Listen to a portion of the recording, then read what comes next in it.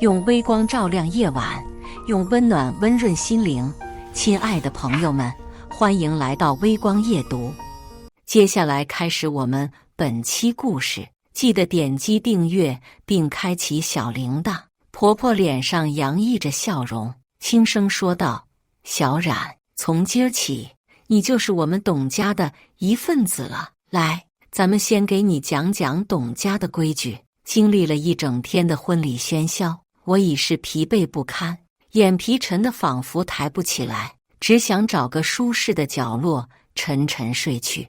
我偷偷向老公使了个眼色，试图让他为我解围，同时强撑起笑容对婆婆说：“妈，今天大家都累了，要不咱们明天再聊这些吧。”没想到婆婆的脸色瞬间阴沉下来，她猛地站起身，厉声说道：“这个家里现在可由不得你来做主，我让你听，你就好好听着，哪轮得到你插嘴，这么不懂规矩。”说完，她转向一旁的儿子，命令道：“把家规给他。”董浩然闻言，递给我一张纸，我瞥了一眼，上面列满了密密麻麻的规矩，足有10来条。我迟疑着没有接，转头问他这是什么意思。董浩然躲避着我的目光，显然是早已知情。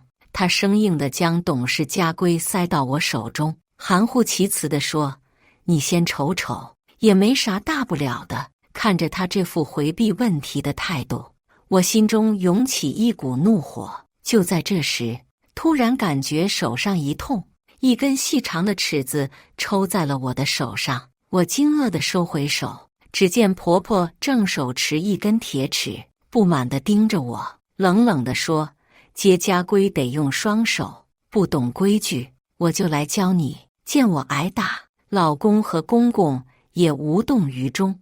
我瞬间冷了脸，你们这是什么意思？平日里和蔼模样的婆婆一改往常，她掉着眼冷哼道：“果然是小门小户教出来的女娃，一点教养都没有。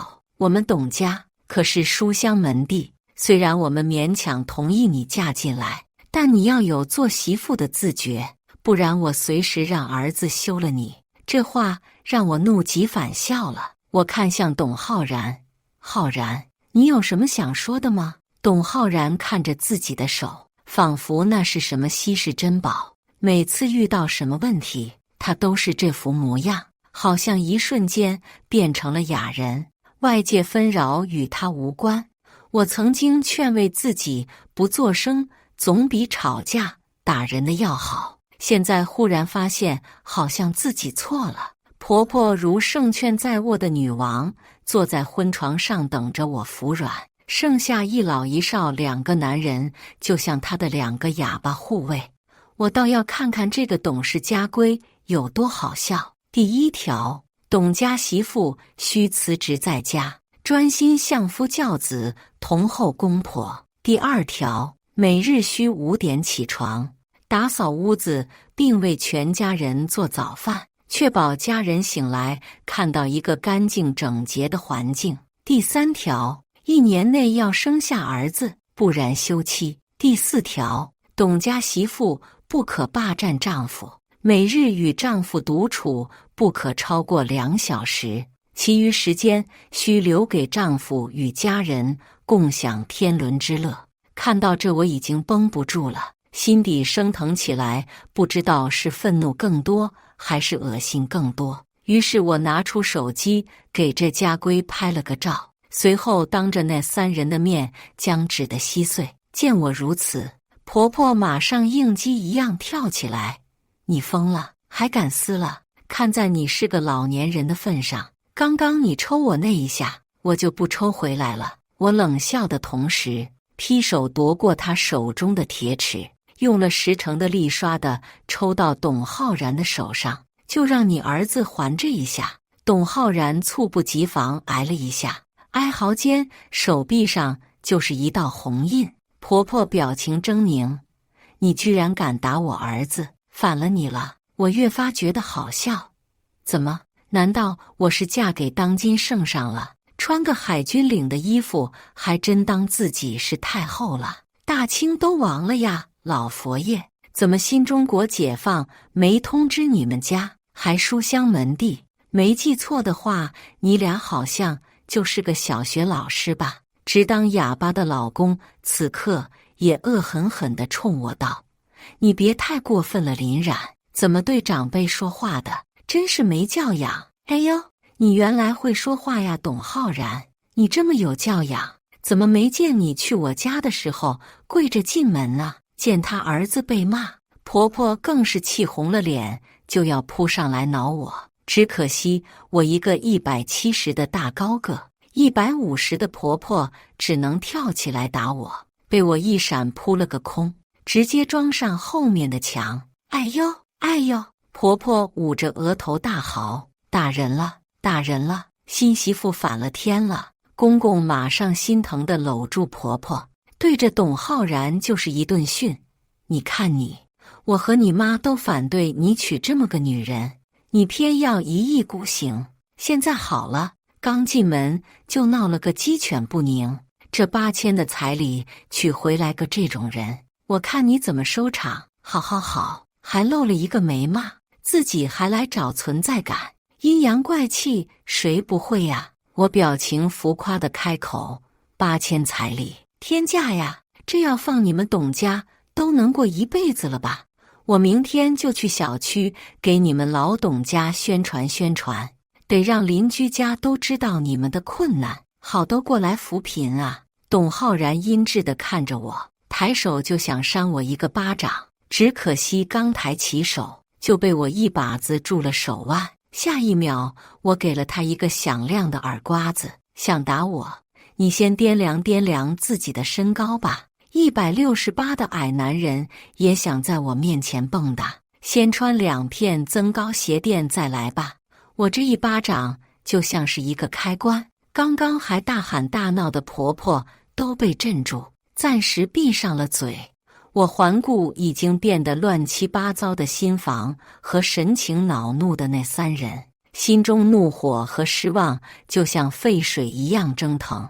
这就是我满心欢喜嫁过来的家庭，这就是我满怀期待即将开始的新生活。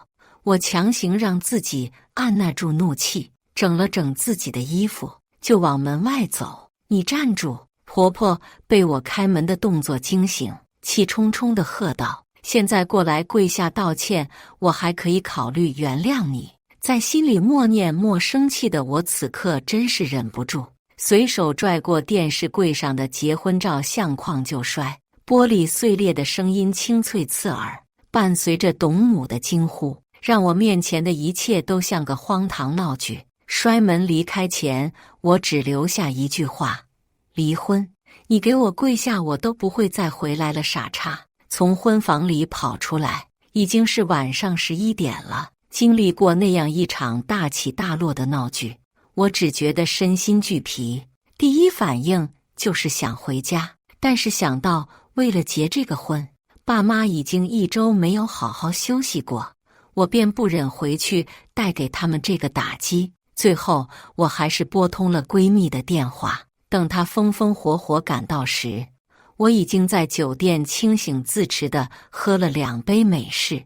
闺蜜顾晓是知道我的习惯的，心里不痛快的时候，我就会深夜喝咖啡。虽然电话里我什么都没说，但她也知道出大事了。“冉冉，是不是姓董的欺负你了？”我双眼有些呆滞，看着顾晓顶着2个黑眼圈，却眼中盛满关心的模样，满腹委屈终于有了归宿。我忍不住抱着顾晓嚎啕大哭，我要和他离婚。我将今晚的事说给顾晓听，顺便给他看了拍的董氏家规。顾晓气得捏扁了一只杯子：“什么玩意？不是他们有病吧？你告诉叔叔阿姨了吗？”我摇头，这几天他们太累了，我怕。总之今晚先。顾晓也知道我的为难处，我的父母对董浩然这个女婿并不怎么满意的，只是我当时吃了饱读言情小说的亏，一心一意为爱反抗，父母越反对我就越坚定。终于一哭二闹，让爸妈松了口。要是知道女儿结婚第一天就要离婚，我可能年近30还要挨一顿胖揍。顾晓安慰我：冉冉，你这是及时止损，我觉得挺好的。有福之女不进无福之门，他们一家子奇葩，简直就是让你进去当牛做马。要我说，性的绝对不是个好东西。你谈恋爱的时候那个恋爱脑的劲儿，我都不敢劝你。我和董浩然是朋友聚会上认识的，我当时对他可谓一见钟情，然后开始倒追，以至于顾晓都以为我被下蛊了。现在回头想想，可能真是被下蛊了。董浩然其实很普通，不高不帅不富，不注重穿着，打着一份没有双休的工。但是当初那个恋爱脑滤镜给我焊在了脸上，于是我眼里的他温柔贴心帅气，甚至完美，以至于我都觉得自己配不上他。周围朋友听了我的描述，都是一脸的一言难尽。顾晓更是恨铁不成钢地摇着我的肩膀：林冉，你可是1.7米御姐大美女，追你的人都排到法国，你觉得自己配不上这个矮子？你疯了！我那段时间大概真的是疯了，对董浩然唯命是从，无限忍让，甚至坦然接受了他是个妈宝男这件事。这说明他很孝顺啊！听到我一脸骄傲地这样说，顾晓差点没掐死我。想到这，我顿时感到荒谬，拉住顾晓的手。我怎么觉得我以前不正常？和他谈恋爱好像被夺舍了一样。见我幡然醒悟，顾晓感慨道：你终于清醒了，看来你今天那一池子被白挨。然而下一秒我就丧了脸，我一个大好青年就要成了离异妇女。顾晓安慰我：那也好过去伺候他们家3个奇葩呀。还是你准备和谈？你老实告诉我，董浩然如果来挽留你，你是不是会和他重归于好啊？我摇头，首先说明我不是傻子，其次他那种人绝对不会来挽留我，人家金口难开。再次，他背后这个妈估计巴不得我们离婚，好让他的乖宝宝回归家庭。最后我没有当保姆的命。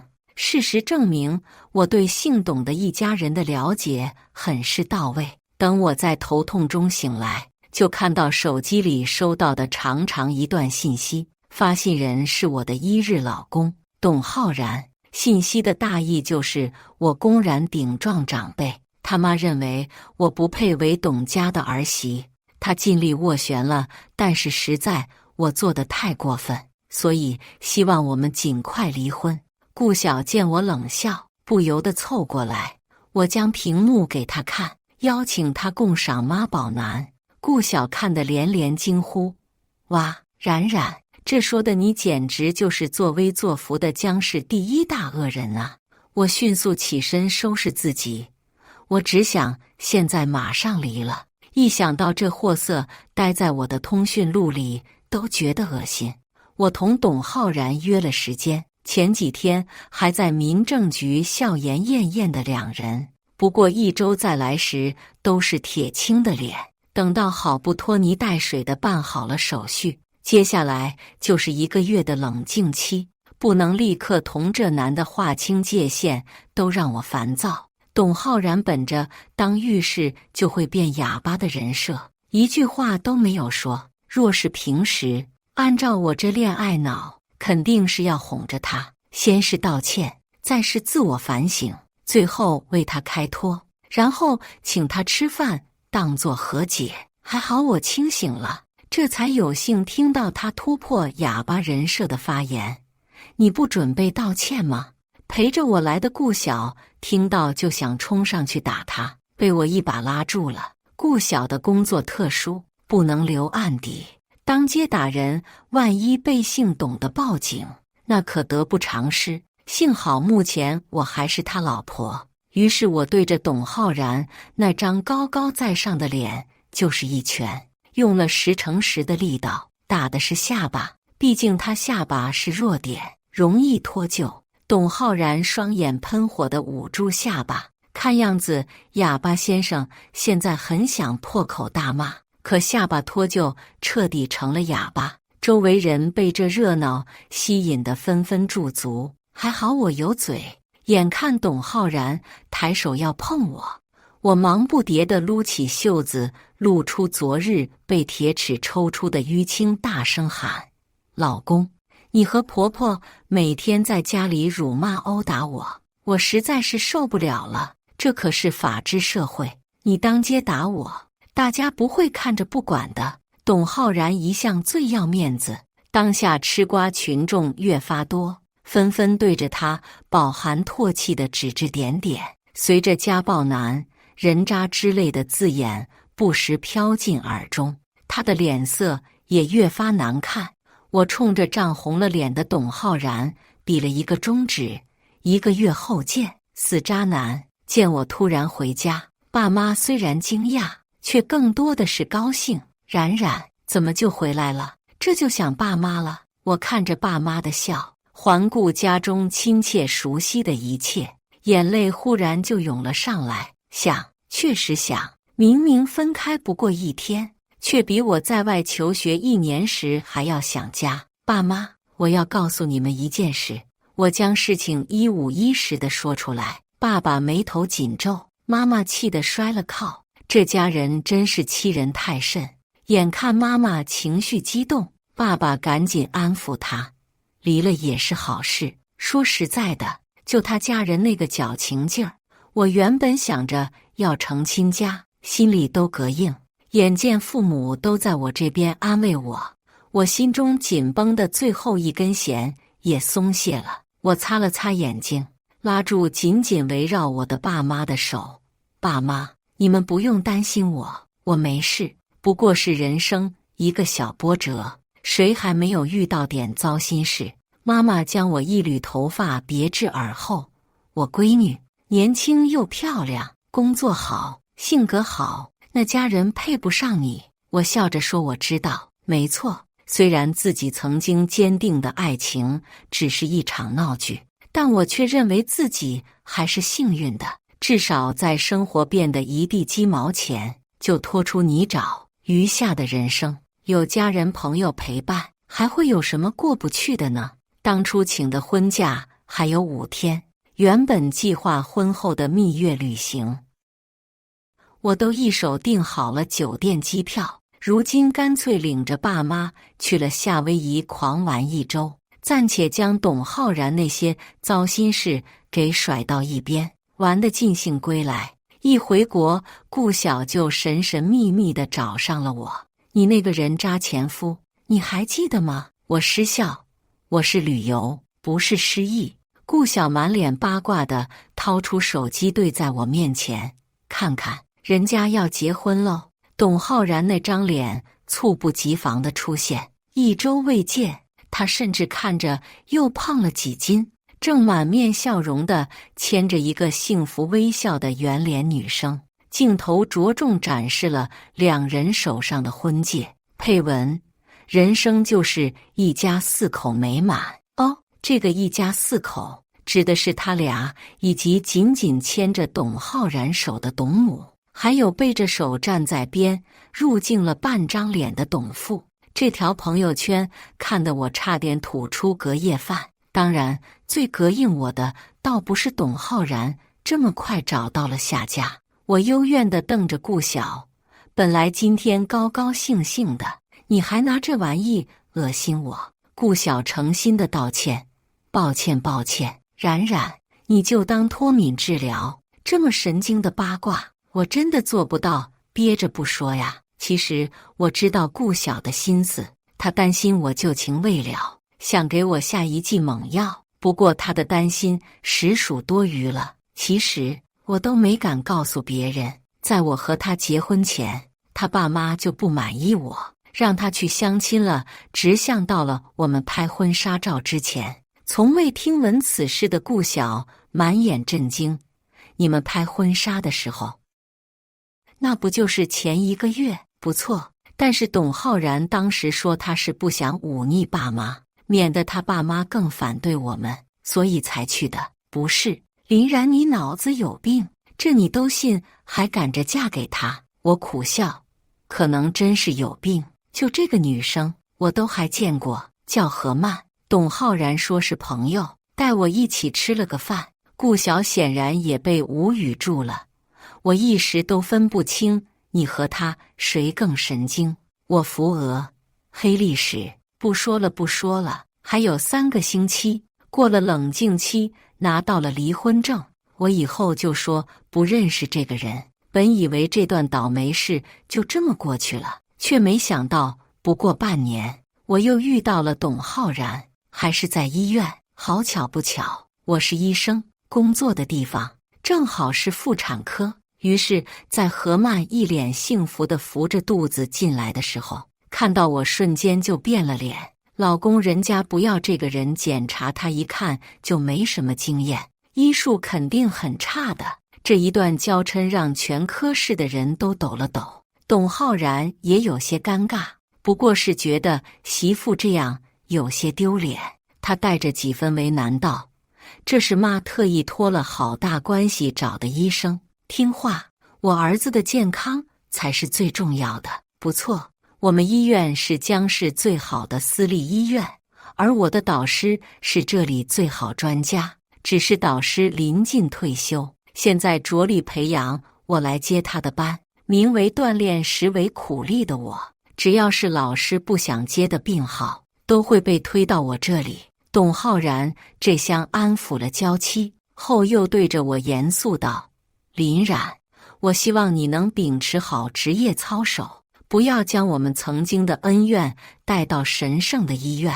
你要对得起你的这身白大褂。”哇，好浓的爹味，熏得我直翻白眼，对着还在不断嫌弃我的董家娇妻以及这个义正言辞教育我的男人，我实在是没什么耐心。两位请睁大眼睛，你们挂的号在隔壁。我做了一个请滚的手势，给这俩夫妻一下子噎住了。小娇妻首先跳脚：“你这是拒诊，我要告你！”我微笑面对：“大姐，你挂的不是我的号，我的号价格贵1倍呢。如果要挂我这边的专家号，请预约并交50块挂号费。”小娇妻不甘示弱：“哼，什么专家？就你这种货色，我老公根本看不上你。我告诉你，我可是怀了董家的儿子，你就只配在这里累死累活上班，还做梦实现阶级跨越？8000块钱就愿意嫁的捞货，太点了！”我甚至忍不住为他鼓掌，那真是非常恭喜你了，飞上枝头变凤凰，一举成为大清国的皇后。小娇妻得意一笑，甚至没有听出来我的阴阳怪气。挺好，钝感力高的人真的挺幸福的。符浩然倒是听出来了，他面色不善道：“林冉，你积点口德吧，你看你这样，泼妇意谁敢要你？”我正待还嘴，一个低沉磁性的男生抢先插入：“谁养的2条狗啊，这么没教养，废到医院来了。”门口出现的是一个1.9米的大帅哥，这身材，这模样，董浩然站在他身边，都像是个折叠人，大概受不了被羞辱。董浩然为数不多的雄性竞争基因被激起，面红耳赤的就想要撸袖子动手。然而帅哥比了个暂停手势：“先说一下，我是打泰拳的，这一拳很痛哦。还有。”帅哥眨着眼补充道：“我很有钱，打你赔得起。”双重攻势下，董浩然很快泄了气。周围传来小护士的低笑声。董浩然愤愤地拉起他的娇妻：“都是你，一天惹这么多事。”这俩人夹着尾巴离开，走出老远，还能听见董家娇妻的反骂。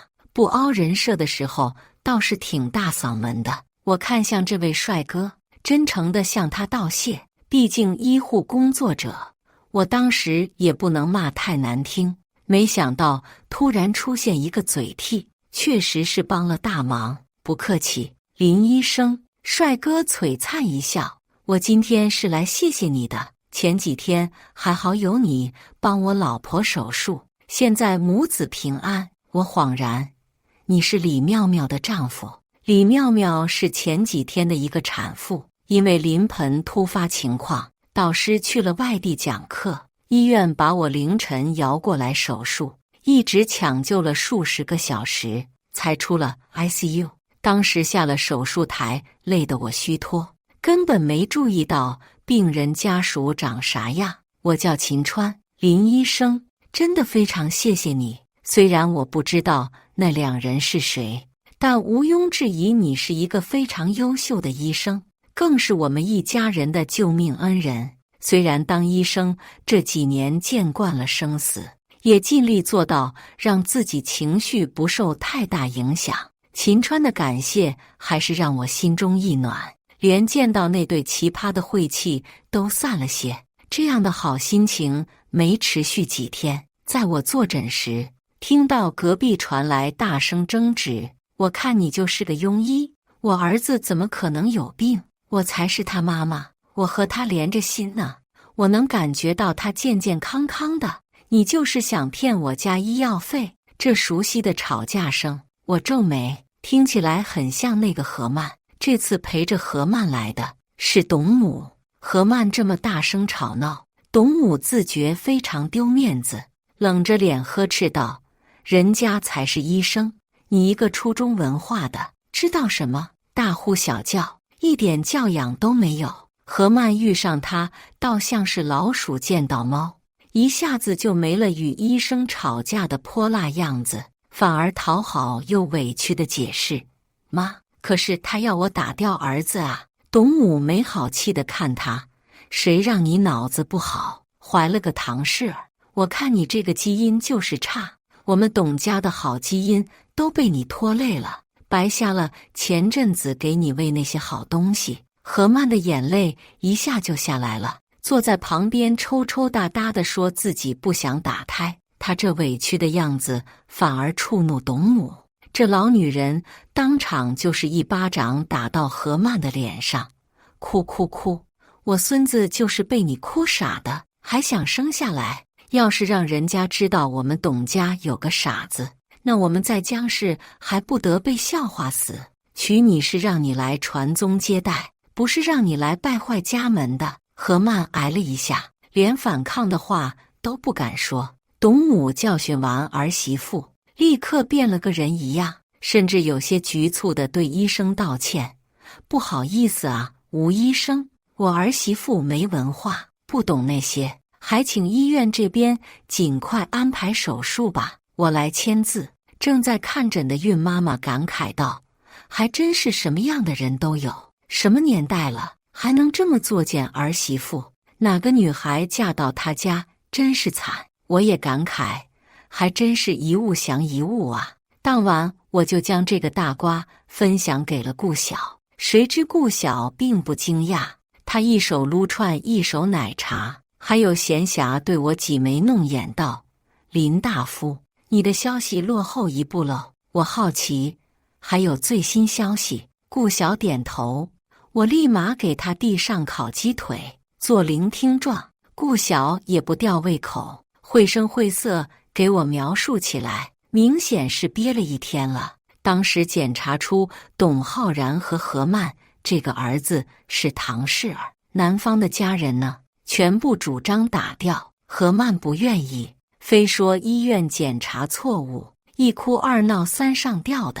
可惜人家根本不吃他这套，别说安慰孕妇了，那老太婆直接说要生就离婚，以后抚养费他们家一分也不会出，更不会让这个孩子姓董。这个何曼呢，原本他家境不好，还有个弟弟，父母收了20万的彩礼，就当没这个女儿了，娘家都不要他回去。现在完全就被董家那个老太婆拿捏着，一结婚工作也辞了，存款还上交，董浩然的工资也是他妈管着，和公婆住一大家子，天天挨骂。老公在家也是一句话不说，他也不敢反抗，她怀孕了，以为自己地位提升，结果当天和婆婆顶嘴，被赶出来，在小区花园里哭了半夜。还是婆婆嫌她丢人，才叫董浩然把她拖回来的。顾晓说完，感叹地闷了一口奶茶。我都不敢想，这要是我高低要和这家人干一架。我叹气，那个何曼也是挺可怜的，也挺傻的，把未来寄托在男人身上，一点退路都没给自己留。不对，我突然想起发问，你怎么对他家的事知道得这么清楚？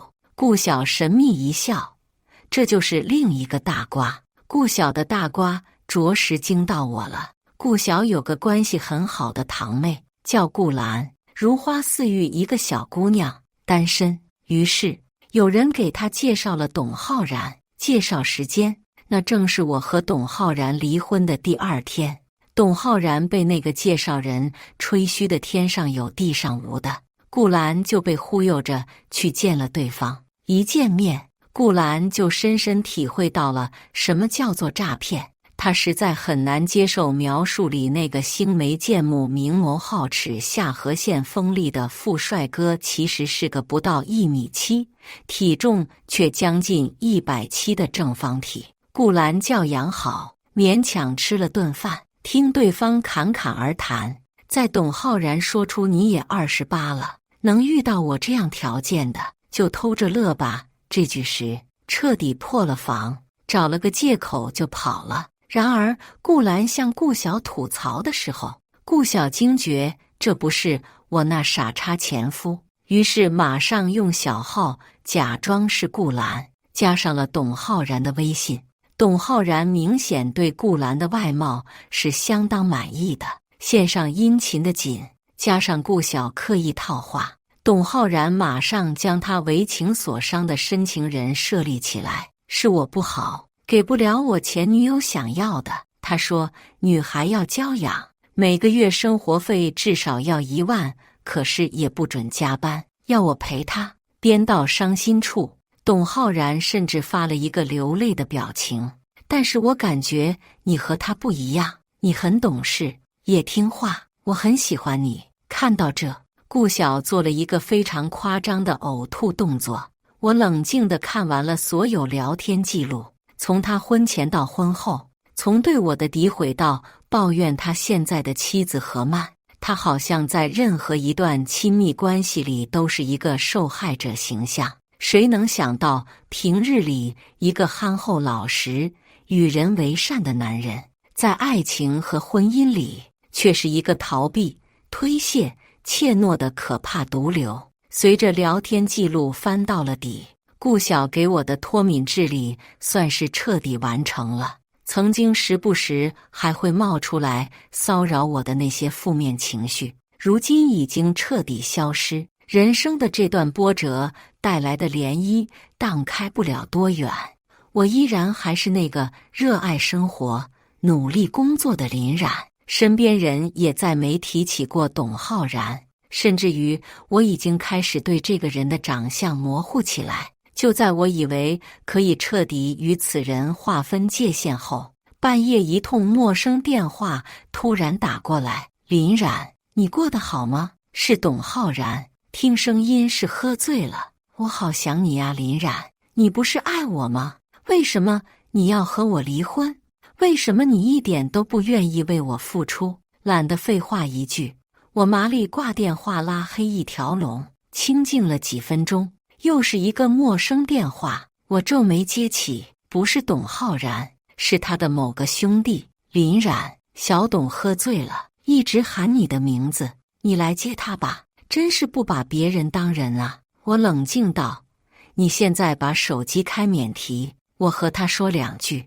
那边依言照做后，我又听到了董浩然的声音，确实是在嘟我的名字。我清了清嗓子，诸位男士，请听好，我和这个董浩然没有任何关系了，请不要大半夜骚扰我，更不要理直气壮叫我来接他。他有老婆有爸妈，有事请联系他的家人，还有你们几个的那些烟杂事，你们的好兄弟董浩然都和我说过，各位现在也都是结了婚的人，如果你们的妻子、孩子知道哥几个曾经那些不干不净的勾当，难保家庭会不和谐。所以奉劝各位，如果要替董浩然冒犯我，还是先掂量下自己的斤两。语毕，依然是挂断拉黑一条龙。一个妈宝男还舔着脸说爱情，几个烟杂货在这替他牵桥搭线，真是脏了我的耳朵。转眼就是2年后，我没想到的是，竟然还能见到这家人。此时，我的导师已经退休，我接过他的位置，成了妇产科最年轻的专家。结果天道好轮回，恰好我在隔壁科室指导，这家人又来做产检。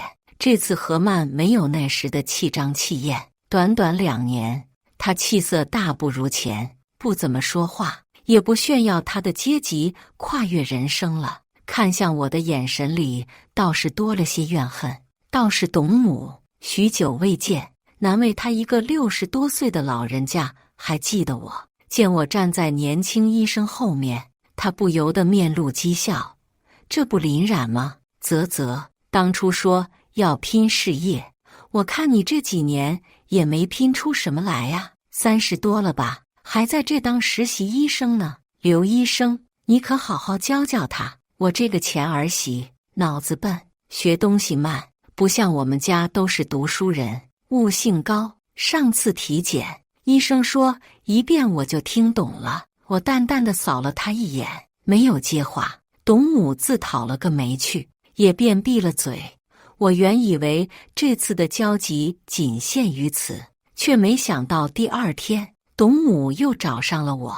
林冉，我们谈谈。他的语气不复昨日的尖酸，反而带着些恳求。我挑了个安静的会议室，示意他有什么话可以直接说。董母叹了口气，开始吐露他的苦水。何曼那个孩子，自从上次流产后，身体就一直不太好，现在好不容易又怀上了，可是这次产检，医生说孩子的发育有些迟缓。我微微皱眉，这确实不是个好消息。林冉，我知道你是个好医生，你能不能帮忙，给何曼开点药，或者给他点建议？董母的语气近乎乞求。我看着他，心中五味杂陈。这个曾经对我冷嘲热讽、趾高气扬的老人，此刻却在我面前低下了头。阿姨，我理解您的担忧，但是您应该知道，每个孕妇和胎儿的情况都是独特的。我需要看到何曼的具体检查报告，才能给出更精确的建议。我尽量让自己的语气听起来平和。董母连连点头，表示理解。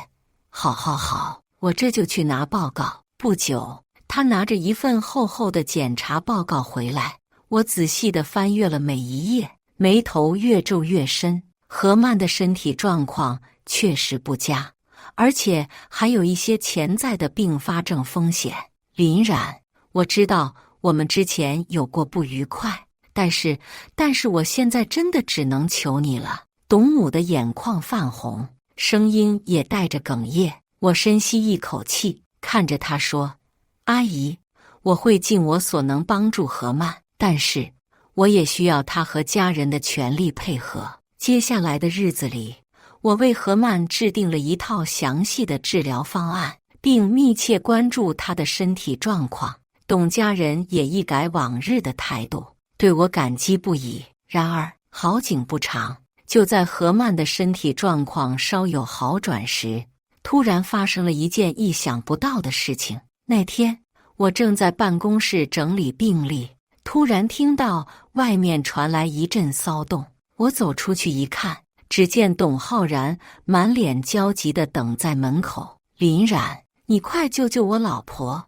他一把抓住我的胳膊。何曼她流血了。我心中一沉，急忙跟着他赶往病房。只见何曼躺在病床上，脸色苍白如纸，身下的床单已经被鲜血染红了一大片。怎么回事？我厉声问道。不知道，她突然就流血了。我真的不知道。董浩然语无伦次地说着。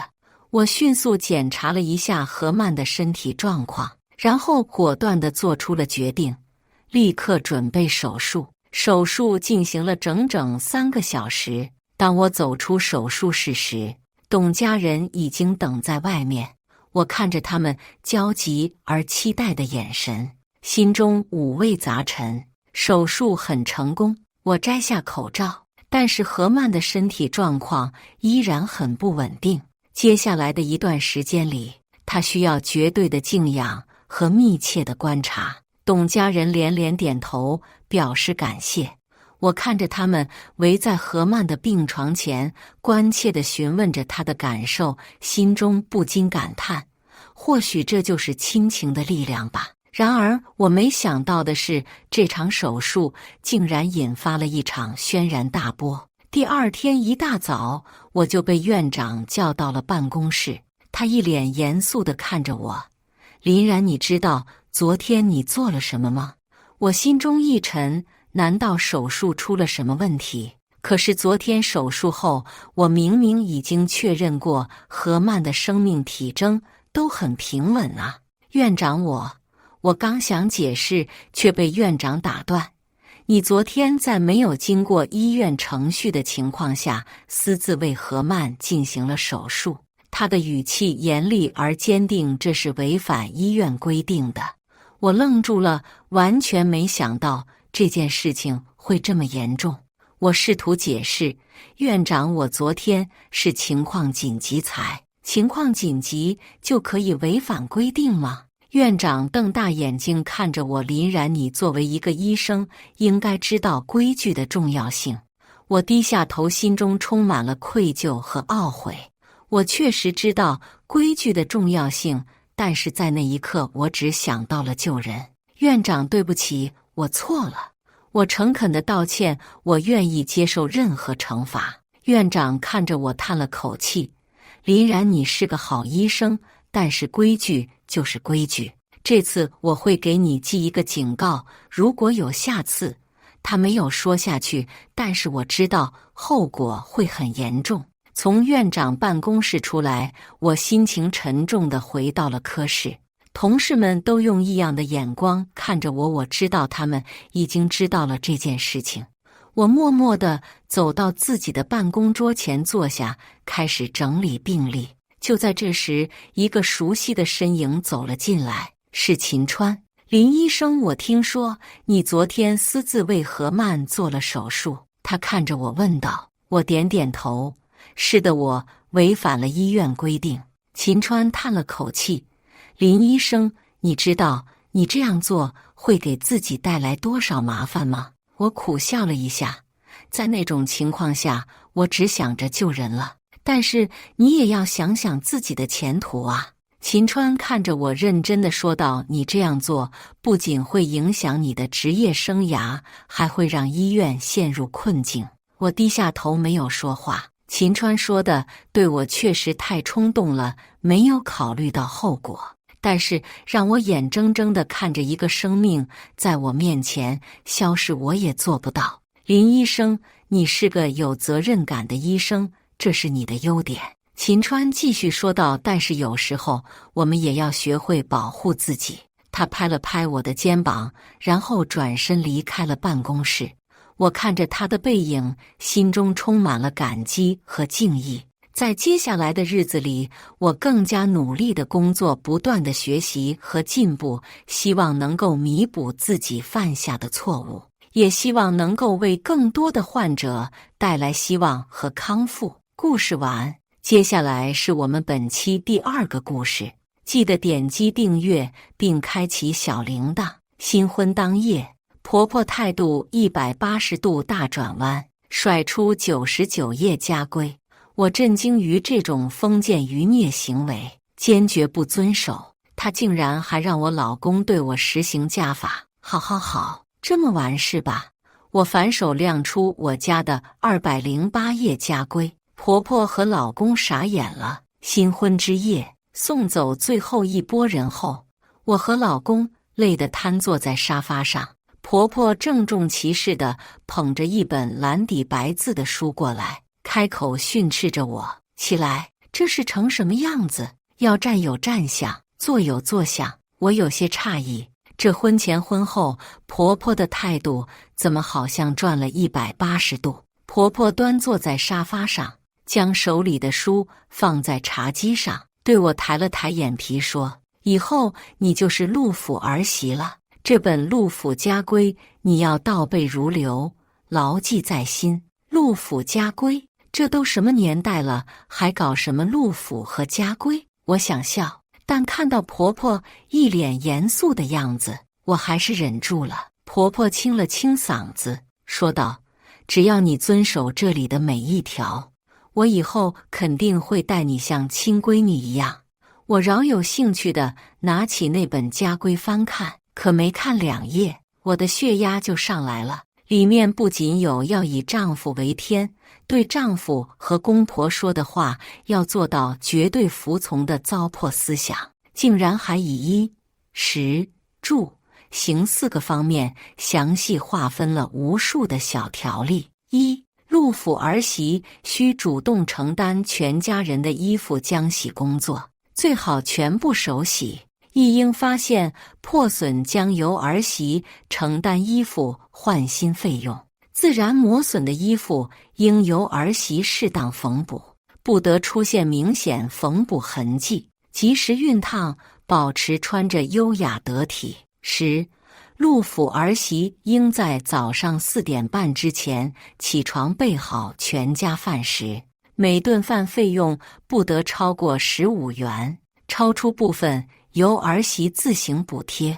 每顿饭必须包含牛羊猪鸡肉，严格按照2荤2素标准，且注重营养搭配。注：陆府儿媳应每日早晚各打扫家里一遍，尤其马桶和角落要重点注意，保持家中时刻光洁如新。行10公里内路程不得使用汽车，步行为先，公交为辅。如开车需要提前1天提出申请。就这些离谱的东西，婆婆居然整整写了99页。我翻看了几页，气得将这狗屁家规丢到了桌上。婆婆立马呵斥：“不得蔑视家规！”我怒极反笑：“妈，您这到底是找儿媳还是找仆人呢？黑奴也做不到每天4点半起床，15块钱给你做一桌子牛羊猪鸡吧。再说了，我凭什么给你手洗衣服扫厕所？出个门还非得不行？你不是逗我呢吧？你这小妮子怎么回事？”婆婆板起脸来：“你说的这些话属于对婆婆不敬，违反陆府家规第2条。”说着，她指挥着我老公：“卓然，拿家法来。”我瞪大双眼，简直不敢相信自己的耳朵。不是，为了这破家规，你还要打我不成？不得蔑视家规。我看向一旁无动于衷的老公：“陆卓然，你妈这是什么意思？你说句话呀！”没想到他竟然也跟着帮腔：“安安，我觉得妈做的没毛病。你作为陆府儿媳，就是应该遵守陆府家规的。待会我帮你求求情，这次就不对你动用家法了。但是你可得牢记家规，不能再犯。你全家都神经病吧？”我甩开陆卓然的手，气愤地走进卧室。他还想跟进来，我一把关上房门，将他反锁在外。“滚！我不想看见你！”婆婆在外面叫嚣着：“无法无天！”卓然，你这是怎么教育的媳妇？我坐在床上，摸着喜庆的红色被子，双手止不住微微颤抖，开始怀疑自己当初做的决定。为什么没有早点看清他们一家的真面目？为什么要傻傻地相信陆卓然的甜言蜜语？第2天醒来，我打算好好和他们谈谈那个奇葩的家规。手刚摸上门把手，陆卓然和婆婆的声音就传了过来。此刻婆婆的声音显得尖酸至极：“这都8点半了还没醒，比家规里规定的整整晚了4个小时。他到底有没有把我陆府家规放在眼里？一旁的陆卓然小声回应着：“妈，他脾气大，得慢慢磨。而且怎么说，这套婚房还是安安父母出的，咱们要把他逼急了也没好处。您消消气，想想季家的产业，迟早有一天我全部搞到手里，到时候看季安安还有什么底气跟您顶嘴。”这些话猛然击中我的大脑，我恍然大悟，死死捂住嘴巴。原来陆卓然早就知道了我是季氏的千金，他之所以这么努力地追求我，也只是为了我们家的钱。婆婆说：“哼，要不是看他还有点家底，我当初是怎么都不会同意这种货色进门的。儿子，等咱们拿到想要的，立刻踹了他。换个乖巧懂事的，好好伺候你。妈，您能这么想就对了。我看这几天还是别逼他严格按照家法了，凡事讲个循序渐进嘛，那也不能太放纵他。你别小瞧了你妈，还没有我啃不下的硬骨头。”他们的声音渐渐远去，我蹲下身子，痛苦地闭上双眼，自言自语着：“妈妈，我后悔了。当初应该听您的话。我是在朋友的咖啡店帮忙时认识的陆卓然，那时他每天都点1杯咖啡，对着电脑一坐就是一整天。有一次下雨，我在屋檐下等着司机接我，突然陆卓然把自己的伞递到了我手中，抱着电脑冲进雨里。后来我们开始聊天，我笑着说感谢他借我伞，要请他吃饭。可到了西餐厅门口，陆卓然居然说：“真羡慕你，居然舍得吃那么贵的东西。”最后我们去吃了麻辣烫。那天我看出了陆卓然的窘迫，为了维护他的自尊心，我告诉他我也没钱，只是来咖啡店兼职的学生。后来陆卓然开始追求我，他没有钱送我花，就用卫生纸做了一大束纸花，还用在蛋糕店门外捡的生日蜡烛给我摆了一个爱心。我当时一定是猪油蒙了心，居然还觉得他很纯粹，还感动了，同意了他的追求。后来陆卓然带我去见了他妈，当时的婆婆对我还算和蔼可亲，并不像如今那么摆架子做这些迂腐的事情。我被爱情蒙蔽，相信了他们娘俩的鬼话，满心欢喜答应了陆卓然的求婚。我回家把这件事告诉爸爸妈妈的时候，他们坚决不同意这门婚事，一口咬定了就是不行。我不服，和他们大吵了一架，彻底从家里搬出来。陆卓然安慰我说无论如何都不会放弃我。最后我们如愿结婚，代价是父母生气和我断绝关系。我以为陆卓然和我在一起是因为爱，可没想到他早就知道我是季氏千金，心里想的是如何继承我家的财产。我开始怀疑，就连我们最初的相遇都是他满心算计来的。现在我和陆卓然已经结婚了，他的目的已经成功了一半，可我无论如何都不能让这个渣男得到我家里的1分钱。我拍了拍脸，努力说服着自己不能慌张，先从眼下的困难开始一步步解决。他们不是搞了个陆府家规吗？我也不能落后。我打开电脑操作了起来，不知不觉就到了中午，肚子已经在抗议了。而这一上午根本没人关注我醒了吗？肚子饿不饿？我整理好表情，深呼一口气，打开了房门。外面陆卓然和婆婆刚端上来菜，准备开动。我笑着迎了上去：“妈，怎么能让您亲自下厨？这让我堂堂陆府儿媳多抬不起头来呀。”或许是我态度变化太快，陆卓然一口水没咽下去，呛得直咳嗽。婆婆也愣了一瞬，才开始对我说教：“知道就好，作为陆府儿媳，你需要提前2个小时准备全家人的1日3餐。我连连点头称是。吃过饭后，桌上一片狼藉，我们3个人都默契的没有动静。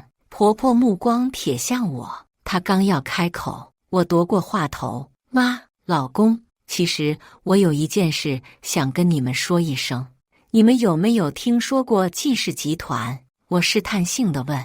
婆婆和陆卓然默契地对视了一眼，接着谨慎地回答：“你说的是市中心那座大楼？我知道啊。那你们知道季氏集团有一个千金吗？还是独生女啊？是吗？好像听说过。”我清清嗓子，挺起了胸膛：“我季安安，就是那个季家独女。”说着，我拿出了一枚玉吊坠，上面刻着季字。婆婆装作震惊的样子：“什么？安安，你说你就是季氏集团的千金吗？”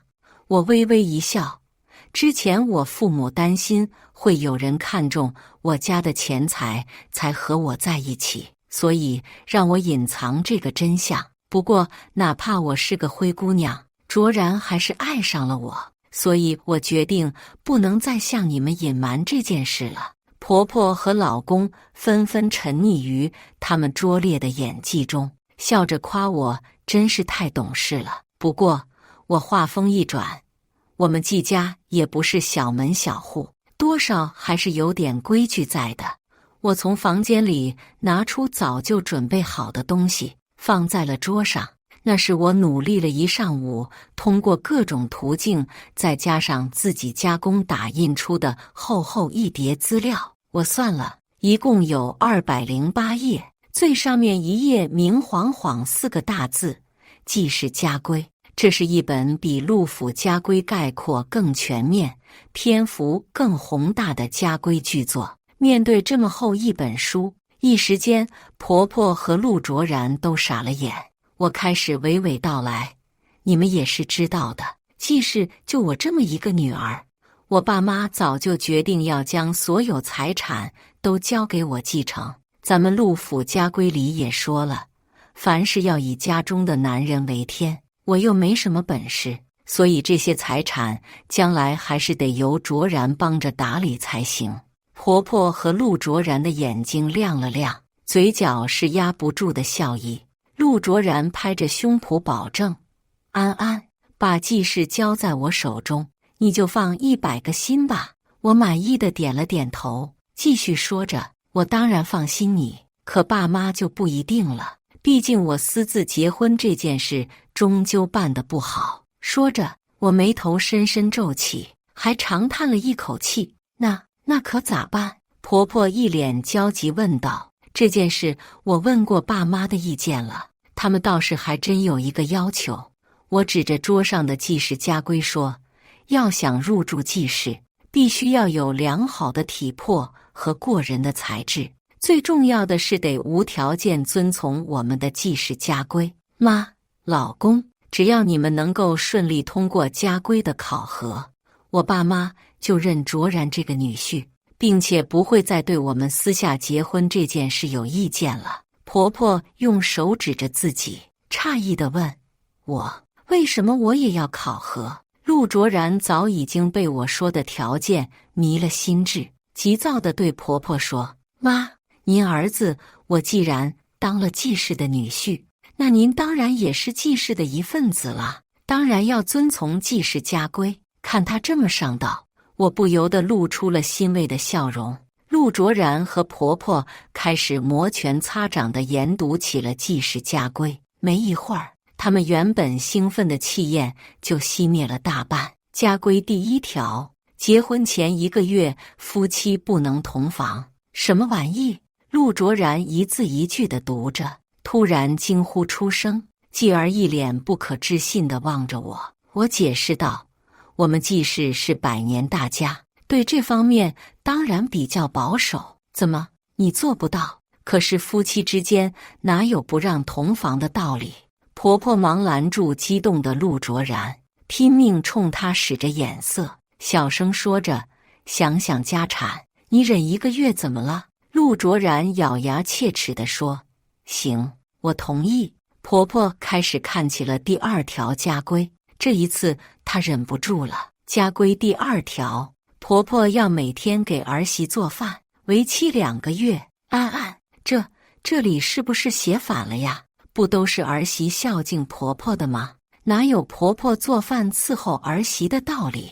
我敛了嘴角的笑意，神色凝重地说：我们既是需要的是能屈能伸的人，具体就体现在这一项家规上了。妈，您难道连这种道理都不明白吗？明白明白。陆卓然抢过话头，另一半扯着婆婆的衣袖，婆婆只好点头同意。在我家产的诱惑下，纵使心有不甘，他们还是勉强接受了剩下的所有家规。第3条，老公必须每天给老婆洗脚。第4条，老公必须每天给全家人洗衣服，不能机洗。第5条，婆婆应自学多种按摩手法，每日给儿媳按摩。第6条，老公必须每天早上4点起床，晨练2小时。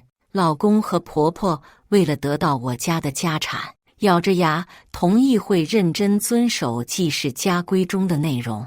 我看着桌子上散乱的碗筷，装作为难的开口：那我来。陆卓然动作麻利地将碗筷堆叠好，抱进厨房就开始刷洗。想着他们陆府家规里君子远庖厨，陆府男子应当远离厨房内的琐事这一项，再看他那副殷勤的样子，我就觉得可笑。我扭动了一下脖子，嘴里嘟囔着：哎呀，睡觉的时候好像有些落枕，肩膀和脖子都酸酸的。一双温热粗糙的手立刻敷在了我的脖子上，力道不轻不重地按压着。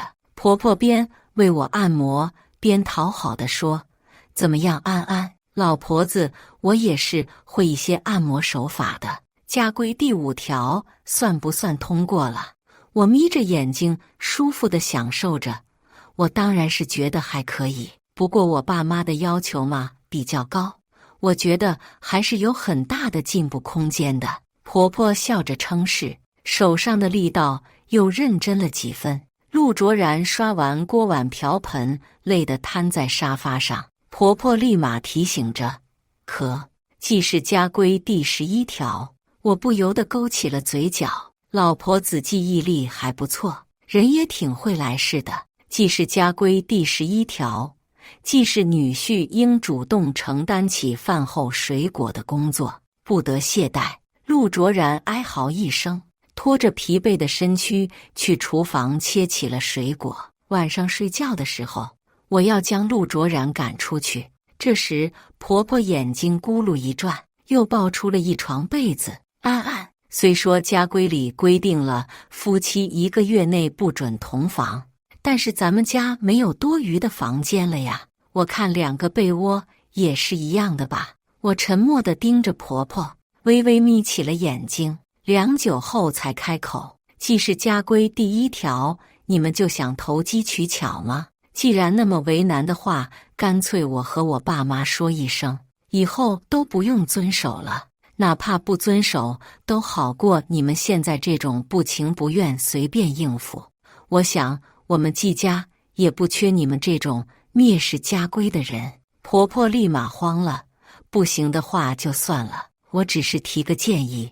安安，你就当我放了个屁，可千万别告诉季总他们呢。陆卓然也跟着不争气地看了婆婆一眼：妈，你说你非得搞这些干什么？明明都说好的事，你干嘛要替我临时变卦？紧接着她也开始求情：我妈这是第1天遵守家规，还不太熟练。安安，你别跟她一般计较。说完，她一把接过婆婆手中的被子，铺到了沙发上。陆卓然每天不仅要睡沙发，还要早起晨练，整日叫苦连天。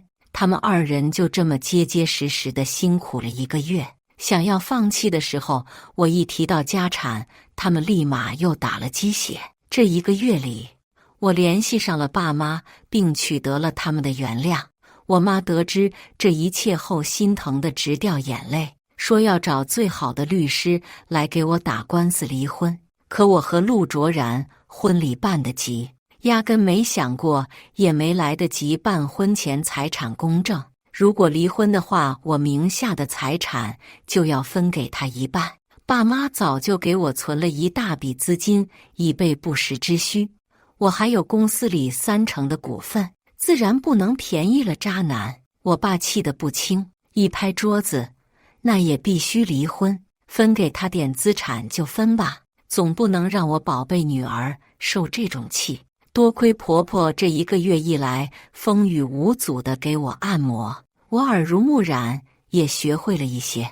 我帮我爸按摩着肩膀，劝阻道：“爸，您别担心，我已经有应对的方法了，快要到收网的时候了。不过得麻烦您二老陪我演一场戏。”今天我一回到家，陆卓然和婆婆就围了上来。婆婆试探性地发问：“安安，我们已经严格遵照记事家规1个月了，你问问你爸妈，什么时候来核查一下？”我长叹了一口气，颓废地垂下脑袋，低声回答：“我爸妈短时间内可能没法核查了。”啊，这是怎么回事啊？那我们还要遵守这家规多久？长时间的压迫已经让陆卓然的话语中沾染了一些怒色。我拿出手机，调出了网页给他们看，上面标题明晃晃写着：“纪氏集团惨遭经济危机，现已背负100万债务。”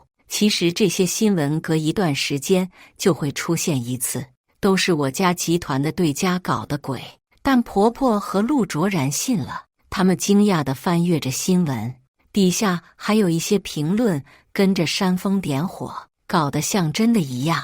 我看到陆卓然握着手机的手都在颤抖。安安，这不可能吧？纪氏怎么说也是这么大一个企业，怎么会突然破产？我也很震惊。其实集团早就经营不善了，我爸居然还瞒着我们贷款，想着东山再起，没想到全都赔进去了。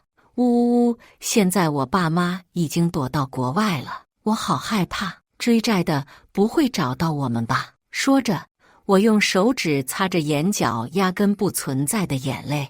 婆婆已经急得开始跳脚了，忽然想到什么一般，她抓着陆卓然的袖子说：“快快，你不是有一个老同学在纪氏工作吗？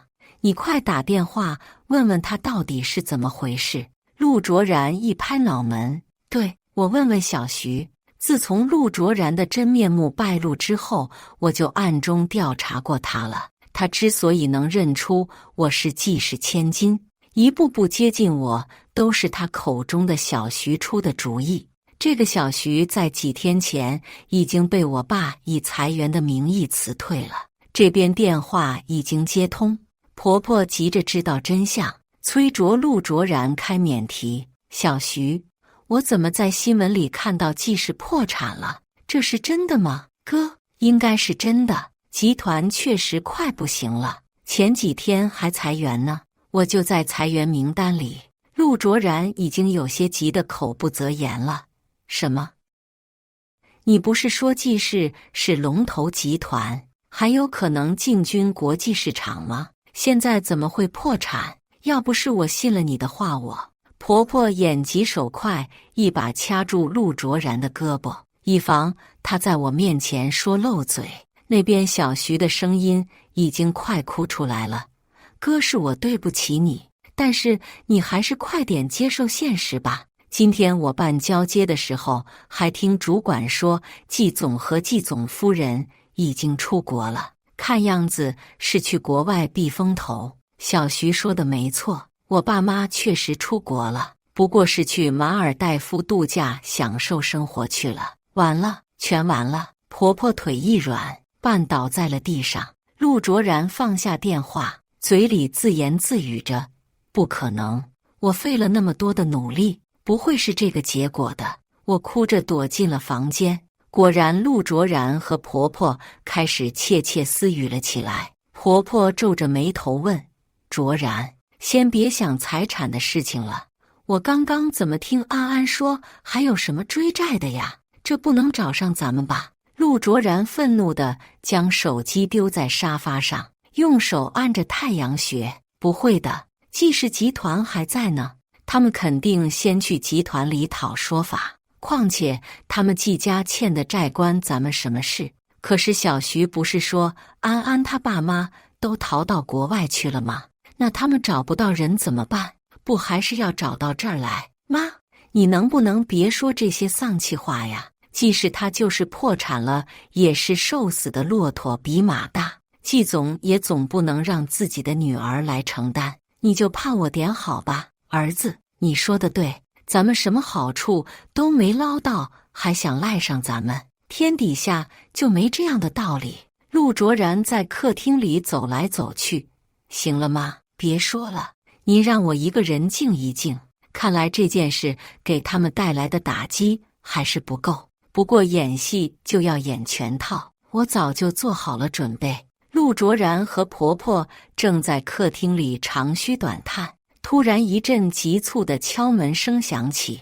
我透过卧室门缝往外看，谁呀？催命呢？不知道轻点声啊。陆卓然本来心情就不好，腾的一下站起身，怒气冲冲地往门口去。可一开门，他的气焰就消失了大半。外面是一群面色不善的肌肉大汉，个个人高马大，手里还拿着各式木头棍棒的工具。你们找谁呀？陆卓然的声音比刚刚和缓了许多。季安安家是吧？上头找我们来要账。婆婆也凑了过来。你们找错门了，这里是陆府。肌肉大汉冷笑一声，别装了，房本上写的就是季安安的名字，你们是他夫家人对吧？那也得承担这个债务。说着，他们就要闯进来，嘴里还喊着欠债还钱，天经地义。我看准时机，连忙哭喊着奔了过去。各位大哥，我是季安安，我知道我爸妈欠了你们很多钱，我是绝对不会赖账的。我这话一出，婆婆和陆卓然都面露惊恐，不安地对视了一眼。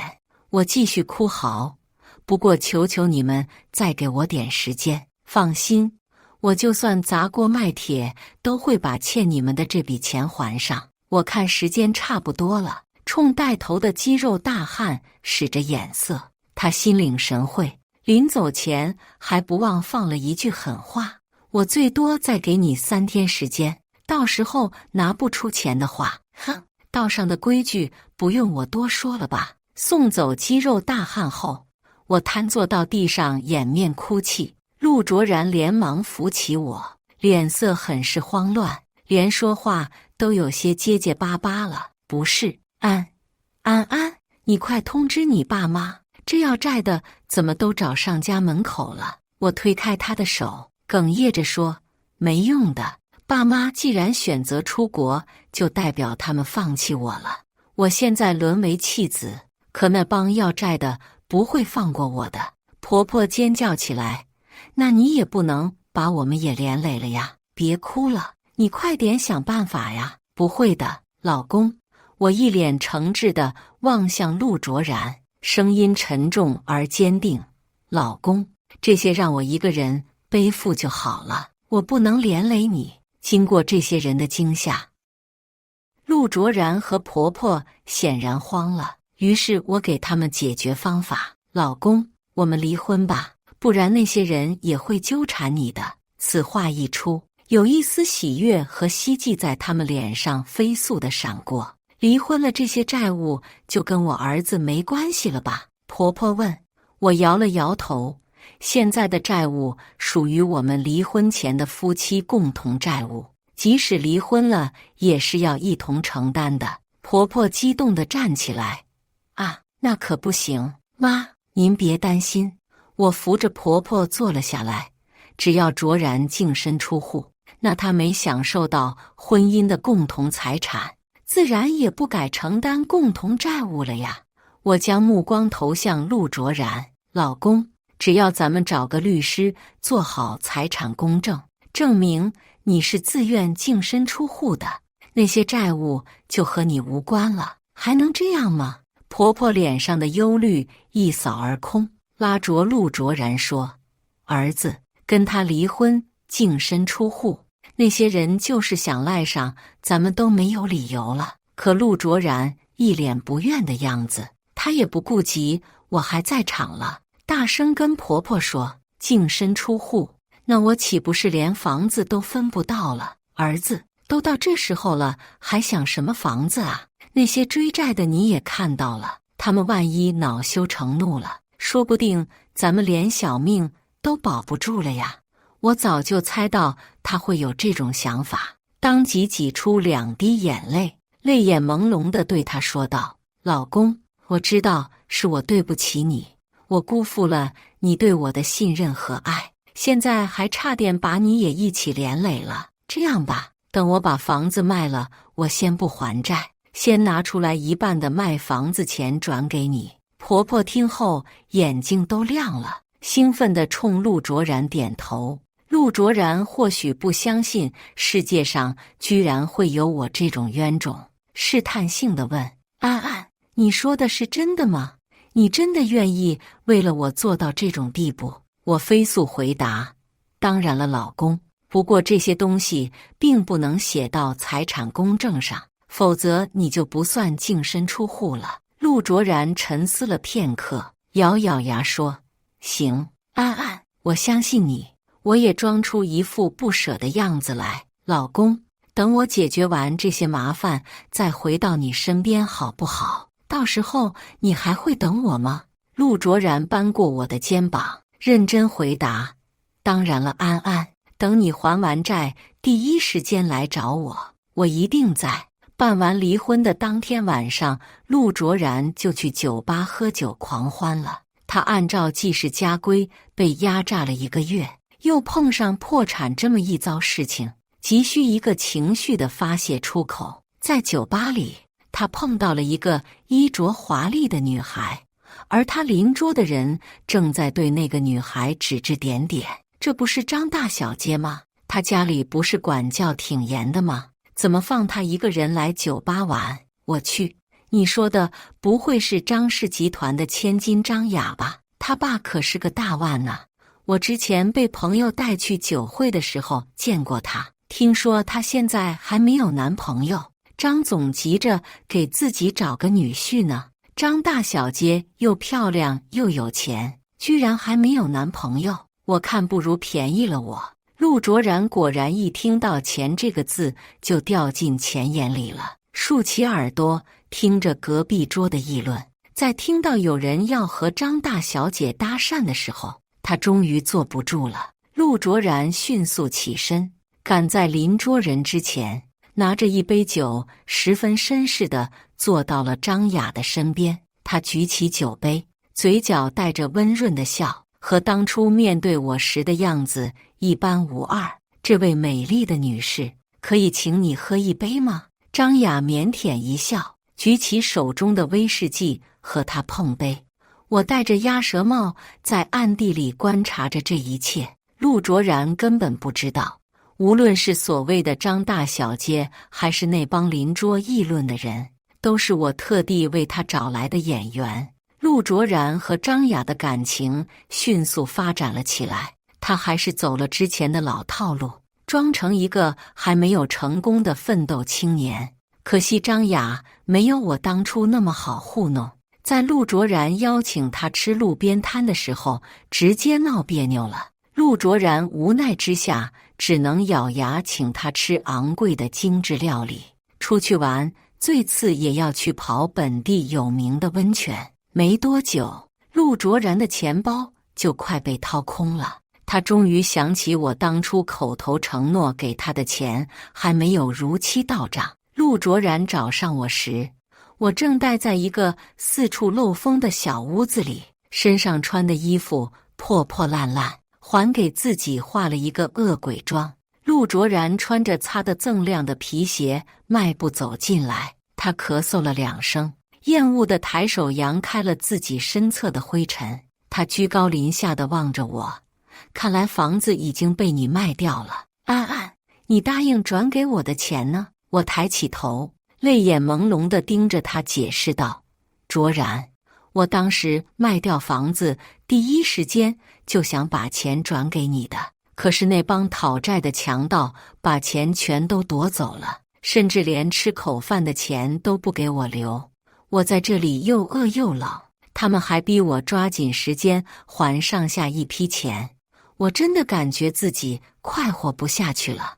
我上前靠近他2步，语气委屈至极：卓然，你带我回家好不好？起码让我有个住的地方，能吃口热饭。他皱着眉头，下意识后退。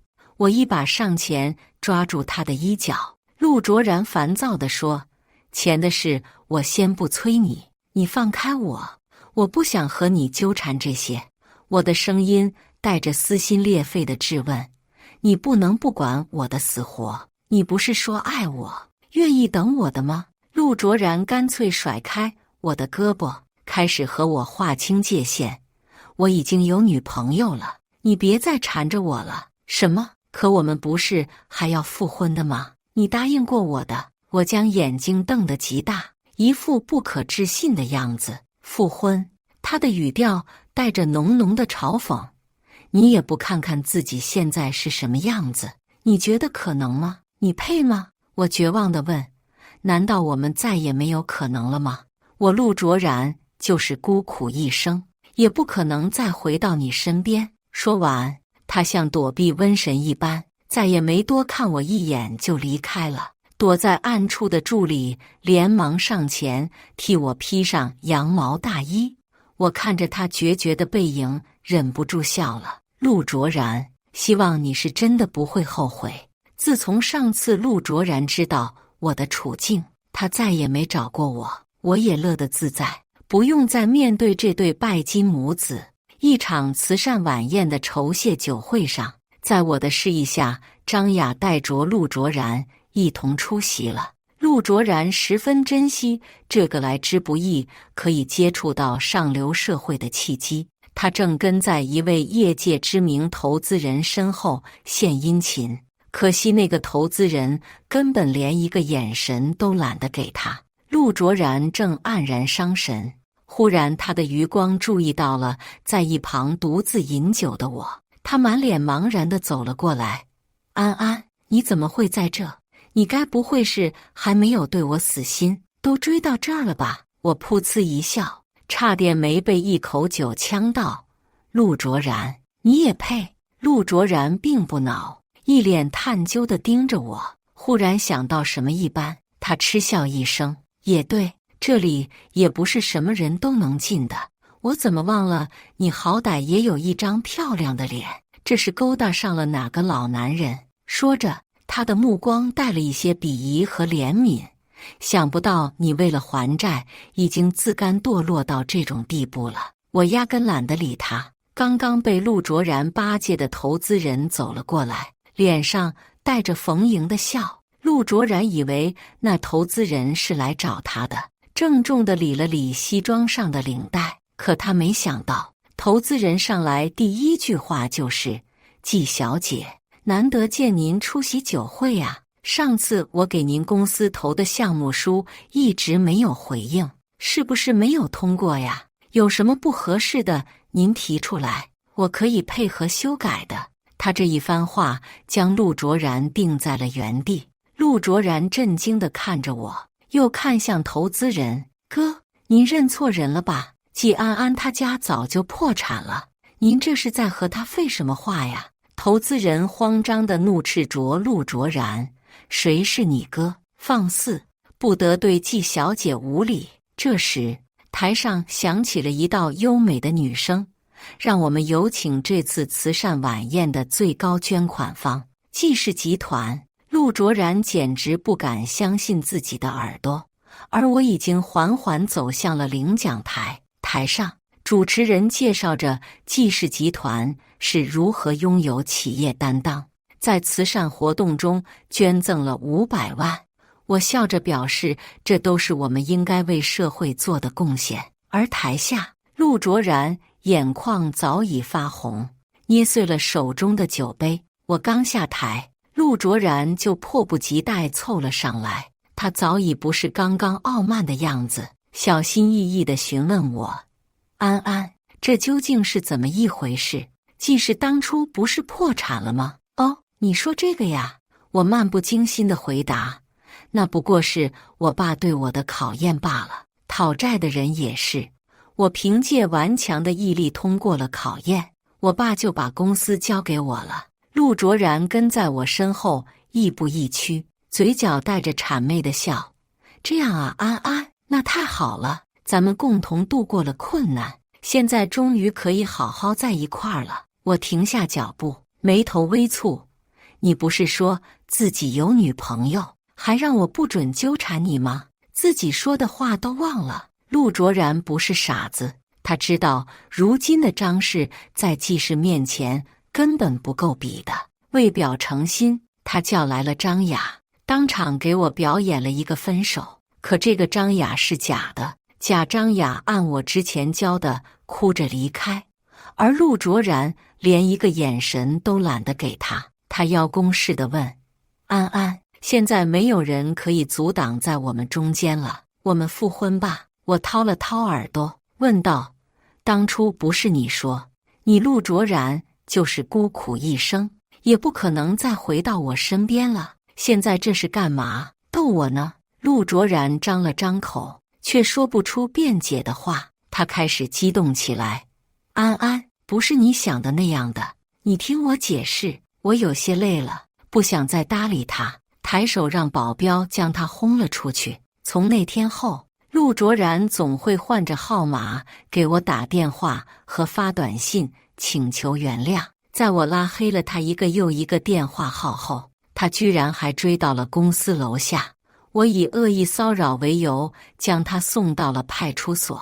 他被关押了几天后，再也不敢这么过分地骚扰我了。后来听认识陆卓然的朋友说，他现在也不出去工作了，整天逢人就说自己的女朋友是季氏千金，自己将来会是季氏总裁。这段日子，陆卓然他妈为了他将满头的头发都愁白了。为了不让其他女孩中了陆府家规的道，我特意安排大 V 把这件奇葩事爆出去。一时间，网友们都震惊于这种封建余孽的家规，毫不客气地嘲讽陆氏母子。现在他们俩可是大名人了，再不会有女孩敢和陆卓然交往。照我看来，陆母那套家规应该是再也没有重见天日的那天了。后来我路过天桥，看到天桥底下摆摊的陆母和旁边邋里邋遢的陆卓然，我随后便赶紧让秘书开车走。大过年的，看了眼都觉得晦气。感谢大家的观看。本期影片大家觉得是第一个故事精彩，还是第二个故事精彩呢？欢迎大家在下方评论区讨论。如果你喜欢这类故事，记得点击订阅微光夜读，并分享给更多的人，这会对我帮助很大。再次感谢大家的观看。